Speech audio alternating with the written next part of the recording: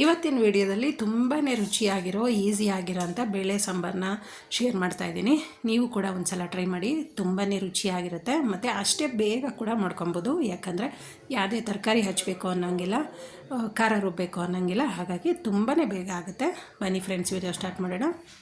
ಮೊದಲಿಗೆ ನಾನಿಲ್ಲಿ ಒಂದು ಕುಕ್ಕರ್ಗೆ ಅರ್ಧ ಬೌಲ್ನಷ್ಟು ತೊಗರಿಬೇಳೆ, ಕಾಲು ಬೌಲ್ನಷ್ಟು ಮೈಸೂರು ಬೇಳೆ ಅಂತ ಬರುತ್ತಲ್ವ, ಎರಡನ್ನೂ ಮಿಕ್ಸ್ ಮಾಡಿ ಕುಕ್ಕರ್ಗೆ ಹಾಕ್ಕೊಂಡಿದ್ದೀನಿ.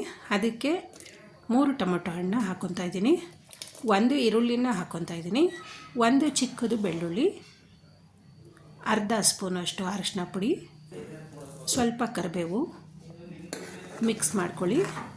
ಮಿಕ್ಸ್ ಮಾಡಿದ್ಮೇಲೆ ಕುಕ್ಕರ್ ವಿಷಲ್ ಕ್ಲೋಸ್ ಮಾಡಿ 3 ವಿಷಲ್ ಬರೋ ತನಕ ಬಿಡಿ.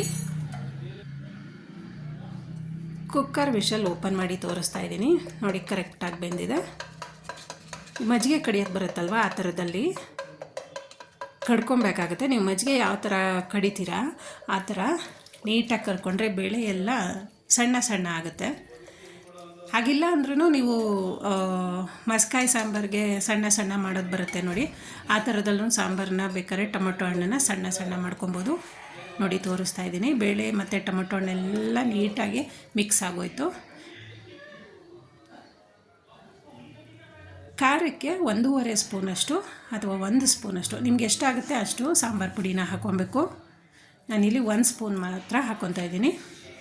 ರುಚಿಗೆ ತಕ್ಕಷ್ಟು ಉಪ್ಪು ಹಾಕ್ಕೊತಾ ಇದ್ದೀನಿ. ಹಾಗೆಯೇ ನೀವು ನೀರು ಬೇಕಾದರೆ ಮಿಕ್ಸ್ ಮಾಡ್ಕೊಬೋದು. ಅಂದರೆ ನಿಮ್ಗೆ ಎಷ್ಟು ಬೇಕು ಅಷ್ಟನ್ನು ನೋಡಿಕೊಂಡು ಖಾರಕ್ಕೆ ತಕ್ಕಂಗೆ ನೀರು ಮಿಕ್ಸ್ ಮಾಡಿ ಕುದಿ ಬರಲಿಕ್ಕೆ ಬಿಡಬೇಕು. ಕುದಿ ಬರ್ತಾ ಇದೆ.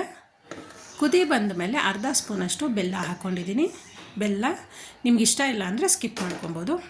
ಇವಾಗ ಅದನ್ನು ಬೆಂದಿರೋ ಅಂಥ ಸಾಂಬಾರನ್ನ ಪಕ್ಕದಲ್ಲಿಟ್ಟು ಇನ್ನೊಂದು ಪಾತ್ರೆಗೆ ಒಗ್ಗರಣೆ ಹಾಕ್ಕೊತಾ ಇದ್ದೀನಿ. ಸ್ವಲ್ಪ ಎಣ್ಣೆನ ಹಾಕ್ಕೊಂಡು ಅರ್ಧ ಸ್ಪೂನ್ ಸಾಸಿವೆ ಹಾಕ್ಕೊಂಡು ಒಣಮೆಣ್ಸಿನ್ಕಾಯಿ ಹಾಕ್ಕೊತಾ ಇದ್ದೀನಿ. ಕರಿಬೇವಿನ ಸೊಪ್ಪು ಹಾಕ್ಕೊಳ್ಳೋಣ, ಒಗ್ಗರಣೆ ಮಾಡ್ಕೊಳ್ಳೋಣ.